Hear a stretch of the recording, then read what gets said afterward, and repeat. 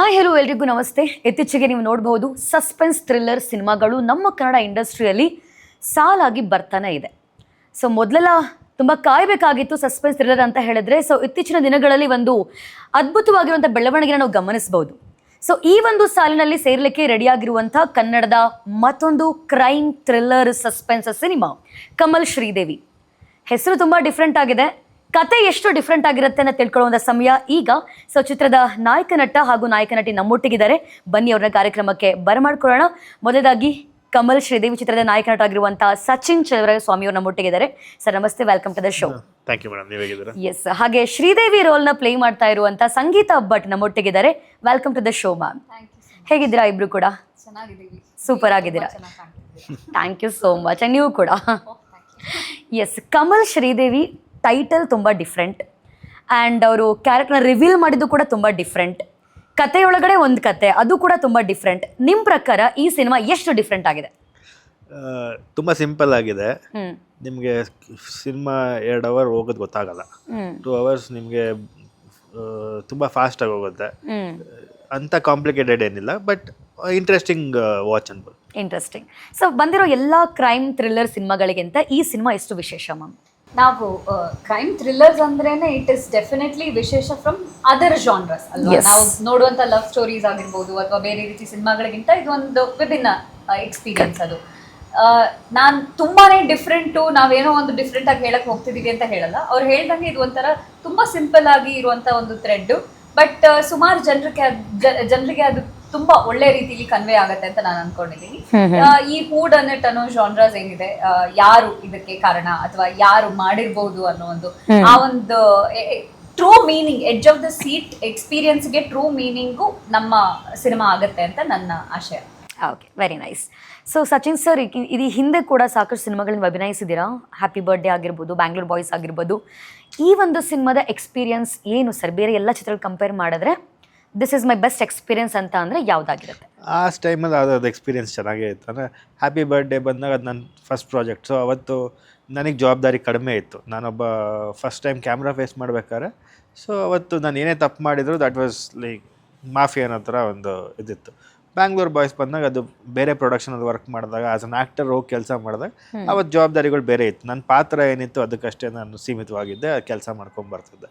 ಈ ಸಿನಿಮಾ ಅಂತ ಬಂದಾಗ ನಾವು ಪರ್ಟಿಕ್ಯುಲರ್ ಆಗಿ ನಾವು ಒಂದು ಒಳ್ಳೆ ಸಿನಿಮಾ ಮಾಡಲೇಬೇಕು, ಒಂದು ಒಳ್ಳೆ ಕಂಟೆಂಟ್ ರಿವೀನ್ ಸಿನಿಮಾ ಮಾಡಬೇಕು ಅಂತ ಕೂತಾಗ ಜವಾಬ್ದಾರಿ ನನ್ನ ಮೇಲೆ ಜಾಸ್ತಿ ಬಿತ್ತು. ಏನಕ್ಕೆ ಅಂದರೆ ಎಂಟೈರ್ ಡಿಸಿಷನ್ ಮೇಕಿಂಗ್ ನನ್ನ ಕೈಲಿದ್ದಾಗ, ಸೊ ಜವಾಬ್ದಾರಿ ನನಗೆ ಜಾಸ್ತಿ ಆದಾಗ ಅವಾಗ ಏನಾಗುತ್ತೆ, ನಾನು ರಾಜ್ ಕುತ್ಕೊಂಡು ಎಲ್ಲ ಡಿಸಿಷನ್ ತೊಗೊಬೇಕಾರೆ ಅದು ಪ್ರತಿಯೊಂದೂ ತಪ್ಪ ಸರಿನಾ ಅಂತೆಲ್ಲ ನಾವು ಅನಲೈಸ್ ಮಾಡ್ಬೇಕಾದ್ರೆ ಅದು ಒಂದು enjoyable process from script making till today. ಒಂದೊಳ್ಳೆ ಎಂಜಾಯಬಲ್ ಪ್ರೊಸೆಸ್ ಅದೇ ಮಾಡಿರೋದು. ಅದು ಪ್ರತಿಯೊಬ್ಬರು ನಮಗೆ ಅಸೋಸಿಯೇಟ್ ಆಗಿ ಬಂದು, ಪ್ರತಿ ಟೆಕ್ನಿಷಿಯನ್ ಆಗಿರ್ಬೋದು, ಪ್ರತಿ ಆರ್ಟಿಸ್ಟ್ ಆಗಿರ್ಬೋದು, ನೀವುಗಳು ಬಂದು ನಮಗೆ ಡೇ ಒನ್ನಿಂದ ಸಪೋರ್ಟ್ ಮಾಡಿರೋದು ನಿಮ್ಮೆಲ್ಲರಿಂದನೇ ಈ ಪ್ರಾಜೆಕ್ಟ್ ಇಷ್ಟು ಪಾಸಿಟಿವಿಟಿ ನಮಗೆ ಕೊಡ್ತಾ ಇದೆ. Very nice. ಹಾಗೆ ಸಂಗೀತ ಭಟ್ ಅವರಲ್ಲಿ ಹೇಳಬೇಕಂದ್ರೆ, ನೀವು ಚೂಸ್ ಮಾಡೋ ಕ್ಯಾರೆಕ್ಟರ್ಸ್ ಇದೆಯಲ್ಲ ತುಂಬ ಇಂಪ್ರೆಸಿವ್. 2ನೇ ಸಲ ಆಗಿರ್ಬೋದು, ದಯವಿಟ್ಟು ಗಮನಿಸಿ ಆಗಿರ್ಬೋದು. ಸೊ ಪ್ರತಿಯೊಂದು ಕ್ಯಾರೆಕ್ಟರ್ ನೀವು ಚೂಸ್ ಮಾಡೋದು ತುಂಬ ಇಂಪ್ರೆಸ್ ಅನಿಸುತ್ತೆ. ಸೊ ಈ ಒಂದು ಸಿನಿಮಾನ ನೀವು ಕ್ಯಾರೆಕ್ಟರ್ ಚೂಸ್ ಮಾಡುವಾಗ what is that one element, yes ಇದಕ್ಕೆ ನಾ ಈ ಸಿನಿಮಾ ಮಾಡಬೇಕಪ್ಪ ಅಂತ ಅನ್ಸಿದ್ದು ಯಾಕೆ ಅಂತ? ಒಂದು ನಟಿಯಾಗಿ ನನಗೆ ಆ ಒಂದು ಪಾತ್ರ ಒಂದು ಥ್ರಿಲ್ ಕೊಡಬೇಕು. ಆ ಒಂದು ಪಾತ್ರ ನೀವು ಹೇಳ್ದಂಗೆ ಇವಾಗ 2ನೇ ಸಲ ದಯವಿಟ್ಟು ಗಮನಿಸಿನ ಹೇಗೆ ನೀವು ಇಷ್ಟು ವರ್ಷ ಆದ್ರೂ ನೆನ್ಸ್ಕೊಳ್ತಿದ್ದೀರಾ, ಆ ರೀತಿ ನಿಮ್ಮಲ್ಲಿ ಅದು ಒಂದು ಇಂಪ್ರಿಂಟ್ ಆಗಬೇಕು. ಸೊ ಅದು ನನ್ನ ಒಂದು ಪ್ರಯಾರಿಟಿ. ಅಂಡ್ ನನಗೆ ಆ ಪಾತ್ರ ಮಾಡ್ತಾ ಮಾಡ್ತಾ ನಾನು ಆ ಪಾತ್ರದಿಂದ ಏನು ಕಲಿಬಹುದು ಅಥವಾ ನಾನೇ ಆ ಸಿಚುವೇಶನ್ ಅಲ್ಲಿ ಇದ್ದು ಆ ಒಂದು ಪಾತ್ರಕ್ಕೆ ಹೇಗೆ ಜೀವ ತುಂಬಿಸ್ಬೋದು, ಇದೆಲ್ಲ ಎಲಿಮೆಂಟ್ಸ್ ನಾನು ಒಂದು ಪಾತ್ರ ಚೂಸ್ ಮಾಡುವಾಗ ಕನ್ಸಿಡರ್ ಮಾಡ್ತೀನಿ. ಈ ಸಲ ನನಗೆ ಏನ್ ಲಕ್ ಅಂತ ಹೇಳಿದ್ರೆ ಅದ್ರ ಜೊತೆಗೆ ಒಂದು ಪಾಸಿಟಿವ್ ಟೀಮ್ ಒಂದು ಸಿಕ್ತು ನನಗೆ. ಸಚಿನ್ ಅವರಾಗಿರ್ಬೋದು, ರಾಜ್ ಅವರಾಗಿರ್ಬೋದು, ಸುನಿಲ್ ನಮ್ಮ ನಿರ್ದೇಶಕರಾಗಿರ್ಬೋದು, ನಾಗೇಶ್ ನಮ್ಮ DOP ಆಗಿರ್ಬೋದು, ಇದು ಎಲ್ಲದಕ್ಕೂ ಒಂದು ಪೀಕ್ ಅಂತ ಕೊಟ್ಟಿದ್ದು ನಾವ್ ಏನೇ ಕೆಲಸ ಮಾಡಿರ್ಬೋದು ಅದಕ್ಕೊಂದು ಮ್ಯೂಸಿಕ್ ಮತ್ತೆ ಒಂದು ಕಲರು ಎಲ್ಲ ಫಿಲ್ ಆಗೋ ತನಕ ಅದು ಸಪ್ಪೆ ಅಂತಾನೆ ನಮ್ಗೆ ಅನ್ಸುತ್ತೆ. ಸೊ ಕೀರ್ತನ್ ಅವರು ಮ್ಯೂಸಿಕ್ಗೆ ಕೊಲಾಬ್ರೇಟ್ ಆದಾಗ ಎಲ್ಲ ಒಂದು ಕಲೆಕ್ಟಿವ್ ಎಫರ್ಟ್ ಆಗಿ it is really come out very nicely ಅಂತ. Okay, so basically team is a strength. Okay, so yes Sachin sir, ಈ ಚಿತ್ರದ ಮತ್ತೊಂದು ಪ್ಲಸ್ ಪಾಯಿಂಟ್ ಹೈಲೈಟ್ ಅಂತ ಹೇಳಿದ್ರೆ ಮ್ಯಾಮ್ ಹೇಳಿರೋ ಹಾಗೆ ಒಂದು ಟೀಮ್, ತಾರಾಗಣ ಅಂತ ಹೇಳ್ಬೋದು. ಕಿಶೋರ್ ಸರ್ ಆಗಿರ್ಬೋದು, ಹಾಗೆ ರಮೇಶ್ ಇಂದ್ರ ಸರ್ ಆಗಿರ್ಬೋದು. ಹೇಗಿತ್ತು ಸರ್ ಅವರೊಟ್ಟಿನ ಎಕ್ಸ್ಪೀರಿಯನ್ಸ್? ಅವ್ರ ರೋಲ್ನ ಎಷ್ಟು ಜಸ್ಟಿಫೈ ಮಾಡ್ತಾ ಇದ್ದಾರೆ ಅವರು? ಅವ್ರ ರೋಲ್ ಅಂದರೆ ಅವ್ರು ಅಷ್ಟು ದೊಡ್ಡ ಆ್ಯಕ್ಟರ್ಗಳು ಅವ್ರು ಜಸ್ಟಿಫೈ ಮಾಡೋದು ಅಂದರೆ ಅವ್ರ ಪಾತ್ರ ಅವ್ರಿಗೆ ಏನು ಕೊಟ್ಟರು ಅವ್ರು ಜಸ್ಟಿಫೈ ಮಾಡ್ತಾರೆ. ಯಾಕಂದರೆ ಆ ಕೆಪಾಸಿಟಿ ಅವ್ರಿಗೆಲ್ಲರಿಗೂ ಇದೆ. ಸೊ ಅವ್ರ ಜೊತೆ ವರ್ಕ್ ಮಾಡಿ ನಮಗೊಂದು ಲರ್ನಿಂಗ್ ಎಕ್ಸ್ಪೀರಿಯೆನ್ಸ್. ಕಿಶೋರ್ ಸರ್ ಜೊತೆ ಆಗಿರ್ಬೋದು, ರಮೇಶ್ ಸರ್ ಆಗ್ಬೋದು, ಅಥವಾ ಉಮೇಶ್ ಅಣ್ಣ ಆಗಿರ್ಬೋದು, ಇವರೆಲ್ಲ ಬಂದು ಸೆಟ್ಟಲ್ಲಿ ಮಗು ಥರ ಕೂತ್ಕೊಂಡು ಅವ್ರು ಕೆಲಸ ಮಾಡ್ತಿದ್ದಾಗ ನಮಗೆ ಅದೇನಾಗುತ್ತೆ, ಕಲಿಯೋಕ್ಕೆ ನಮಗೆ ಜಾಸ್ತಿ ಸಿಗುತ್ತೆ. ಅವರು ನಮಗೆ ಕಿಶೋರ್ ಸರ್ ಪರ್ಫಾರ್ಮ್ ಮಾಡ್ಬೇಕಾದ್ರೆ ಅವ್ರು ಪರ್ಫಾರ್ಮ್ ಮಾಡೋದು ನಿಮಗೆ ಗೊತ್ತಾಗಲ್ಲ. ಅವ್ರು ತುಂಬ ಸಟಲಾಗಿ ಪರ್ಫಾರ್ಮ್ ಮಾಡ್ತಾರೆ. ಡಬ್ಬಿಂಗಲ್ಲಿ ಹೋದಾಗ ಅದೇ ಸೀನ್ ನಾವು ಡಬ್ ಮಾಡ್ಬೇಕಾದ್ರೆ ನೋಡ್ಬೇಕಾದ್ರೆ ಆ ಮುಕ್ತಲ್ಲ ಇಷ್ಟೆಲ್ಲ ಎಕ್ಸ್ಪ್ರೆಷನ್ಸ್ ಇದೆಯಾ ಅಂತ ಅವಾಗ ಗೊತ್ತಾಗುತ್ತೆ. ಲೈವ್ ಆಗಿ ನೋಡ್ಬೇಕಾದ್ರೆ ಕೆಲವೊಂದ್ಸತಿ ಅದು ನಮಗೆ ಗೊತ್ತಾಗ್ತಿರಲ್ಲ. ಬಟ್ ಅವ್ರು ಏನು ಆರಾಮಾಗಿ ಮಾಡ್ತಾರಲ್ಲ ಅಂತ ಅನ್ಸಿರುತ್ತೆ. ಅದನ್ನೆಲ್ಲ ನಾವು ಕಲ್ತು ನಾವು ನಾಳೆ ದಿನ ಕೆಲಸ ಮಾಡ್ಬೇಕಾದ್ರೆ ಅದನ್ನು ಯೂಸ್ ಮಾಡ್ಬೋದು. ರಮೇಶ್ ಸರ್ ಅವ್ರದ್ದು ತುಂಬ ವರ್ಸ್ಟೈಲ್ ಪಾತ್ರ. ಪ್ರಾಬಬ್ಲಿ ಈ ಸಿನಿಮಾಲಿ ನಿಮಗೆ ಎಲ್ಲ ಪಾತ್ರನೂ ಹೈಲೈಟ್ ಆಗುತ್ತೆ, ಬಟ್ ರಮೇಶ್ ಸರಿಂದ ಆ ಪಾತ್ರ ನೀವು ಎಕ್ಸ್ಪೆಕ್ಟ್ ಮಾಡಿರಲ್ಲ. ಸೊ ಅದು ನಿಮಗೆ ಎಲ್ಲರಿಗೂ ಒಂದು ಸರ್ಪ್ರೈಸಿಂಗ್ ಎಲಿಮೆಂಟ್ ಇದೆ. ಇನ್ನು ಮಿಕ್ತವ್ರು ಪ್ರತಿಯೊಬ್ಬರಿಂದನೂ ನೀವು ಪ್ರಾಬಬ್ಲಿ ಎಲ್ಲರೂ they have gone out of their comfort zone to do this project. Because Kishore sir ಒಬ್ರದ್ದು ಪೊಲೀಸ್ ಪಾತ್ರ ಒಂದು ಟಿಪಿಕಲ್ ಅವ್ರು ರೆಗ್ಯುಲರ್ ಆಗಿ ಮಾಡಿದ್ದಾರೆ ಅನ್ನೋದು ಬಿಟ್ಟರೆ, ಮಿಕ್ಕಿದ ಎಲ್ಲ ಕ್ಯಾರೆಕ್ಟರ್ನು ಯಾರು ಅವ್ರ ಕಂಫರ್ಟ್ ಝೋನಲ್ಲಿ ಇರೋ ಕ್ಯಾರೆಕ್ಟರ್ ಪ್ಲೇ ಮಾಡಿಲ್ಲ. ಎಲ್ಲರೂ ಅವ್ರ ಕಂಫರ್ಟ್ ಝೋನ್ ಬಿಟ್ಟೆ ಕ್ಯಾರೆಕ್ಟರ್ಗಳನ್ನ ಪ್ಲೇ ಮಾಡಿದ್ದಾರೆ. ಓಕೆ, ಇವಾಗ ನಾನು ನೆಕ್ಸ್ಟ್ ಕೇಳೋ ಕ್ವೆಶನ್ಗೆ ಬಂದು ಸಿನಿಮಾ ನೋಡಿ ಅಂತ ಮಾತ್ರ ಹೇಳಬೇಡಿ. ಸೊ ಒಬ್ಬ ಡೈರೆಕ್ಟರ್, ಸಿನಿಮಾದಲ್ಲಿ ನೀವು ಒಬ್ಬ ಡೈರೆಕ್ಟರ್ನ ಪ್ಲೇ ಮಾಡ್ತಾ ಇದ್ದೀರಾ. ಈ ಡೈರೆಕ್ಟರ್ಗೂ ಅಲ್ಲಿ ನಡೆಯೋ ಕ್ರೈಮ್ಗೂ ಏನು ಸಂಬಂಧ ಆ್ಯಕ್ಚುಲಿ? ಡೈರೆಕ್ಟರ್ಗೆ ಕ್ಯೂರಿಯಾಸಿಟಿ ಜಾಸ್ತಿ ಮೇಡಮ್. ಎಲ್ಲದರಲ್ಲೂ ಕೆದಕಾಗಿ ಹೋಗಿ ಕತೆ ಹುಡುಕ್ತಾ ಇರ್ತಾರಲ್ಲ, ಆ ಕತೆ ಹುಡ್ಕೋ ಇದ್ರಲ್ಲಿ ಸಿಗಾಕೊಂಡು ಅವರೇ ಒಂದು ಕತೆ ಆಗಿರ್ತಾರೆ. ಓ, ಕತೆ ಹುಡ್ಕೋಕ್ ಹೋಗಿ ಒಂದು ಕತೆ ಸೃಷ್ಟಿಯಾಗಿದೆ ಹಾಗಾದ್ರೆ. Okay, very nice. So Sangeetha madam ಒಂದು ಪೋಸ್ಟರ್ನ ಇವರು ರಿಲೀಸ್ ಮಾಡಿದ್ರು, ಅಂದರೆ ಕ್ಯಾರೆಕ್ಟರ್ ರಿವೀಲ್ ಮಾಡುವಂಥ ಪೋಸ್ಟರ್. ತಲೆಯಲ್ಲಿ ಒಂದು ಪಾರಿವಾಳ ಇರುತ್ತೆ, ಮೈ ತುಂಬ ಒಂದು ಬಳ್ಳಿ ಸುತ್ಕೊಂಡಿರುತ್ತೆ, ಅದಕ್ಕೆ ನರಿ ಗೂಬೆ ಎಲ್ಲ ಇರುತ್ತೆ. ಸೊ ಆ ಒಂದು ಪೋಸ್ಟರ್ಗೂ ನಿಮ್ಮ ಕ್ಯಾರೆಕ್ಟರ್ಗೂ ಏನು ರಿಲೇಟೆಡ್ ಅಂತ? ಆಕ್ಚುಲಿ ಶ್ರೀದೇವಿ ಅವಳ ಸುತ್ತಿರುವಂತ ಅಷ್ಟೂ ಜನ ಪಾತ್ರಧಾರಿಗಳು ತುಂಬಾ ಮುಖ್ಯ ಆಗ್ತಾರೆ.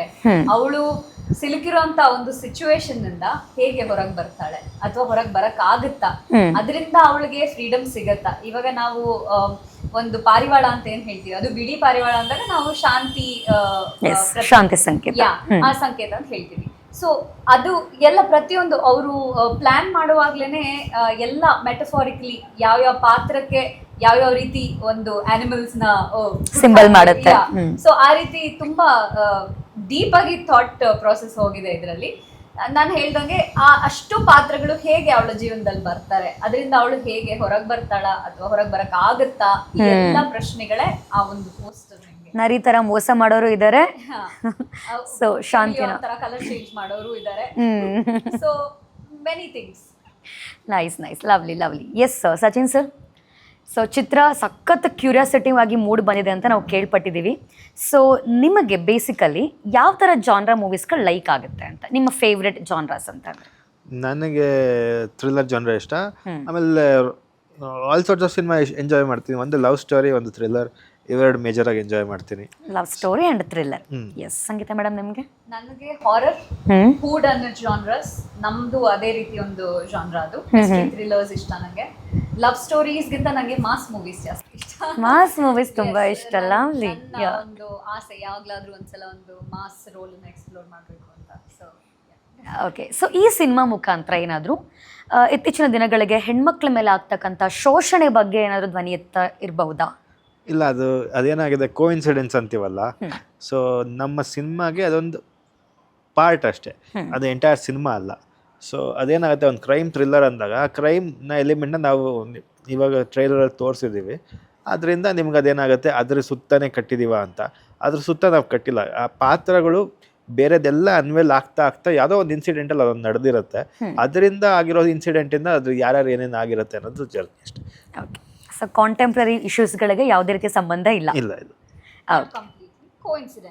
ಕೋಇನ್ಸಿಡೆಂಟ್ಲಿ, ಬಿಕಾಸ್ ಆ ಸಿನಿಮಾ ಮೊದಲೇ ಸೆಟ್ ಆಗಿತ್ತು ಆಲ್ರೆಡಿ ಅಲ್ವಾ? Yes. Okay, so Sangeetha madam ಅವರ ರೋಲ್ನ ನಾವು ಟ್ರೈಲರಲ್ಲಿ ನೋಡಿದಾಗ it's very very very powerful role ಅಂತ ಅನಿಸ್ತು. ನಿಮ್ಮ ಆ್ಯಕ್ಷನ್ಸ್ಗಳಾಗಿರ್ಬೋದು, ನೀವು ಹೇಳೋ ಡೈಲಾಗ್ಸ್ಗಳಾಗಿರ್ಬೋದು, ಎಕ್ಸ್ಪ್ರೆಷನ್ಸ್ ಆಗಿರ್ಬೋದು, ಏನೆಲ್ಲ ತಯಾರಿ ನಡೆಸಿದ್ರಿ ಈ ಒಂದು ಸಿನಿಮಾಗೆ ಅಂತ? ಆಕ್ಚುಲಿ ಏನು ಹೇಳ್ದೆ ಹಲವಾರು ವಿಷಯಗಳನ್ನ ಹೇಳಿದೀವಿ, ಸುಮಾರು ಡೈಲಾಗ್ಸ್ ಇರಲಿಲ್ಲ ಬಟ್ ಕೆಲವೊಂದು ವಾಯ್ಸಸ್ ಇತ್ತು ಅನ್ಸುತ್ತೆ.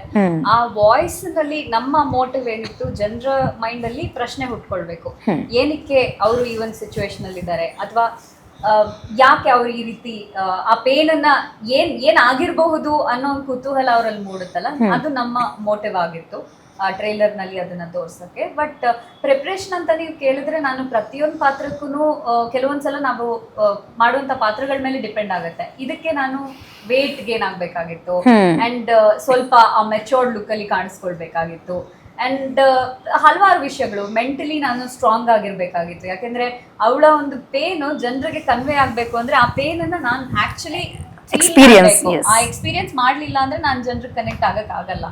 ಸೊ ಈ ರೀತಿ ಪ್ರಿಪ್ರೇಷನ್ ಸುಮಾರಿತ್ತು.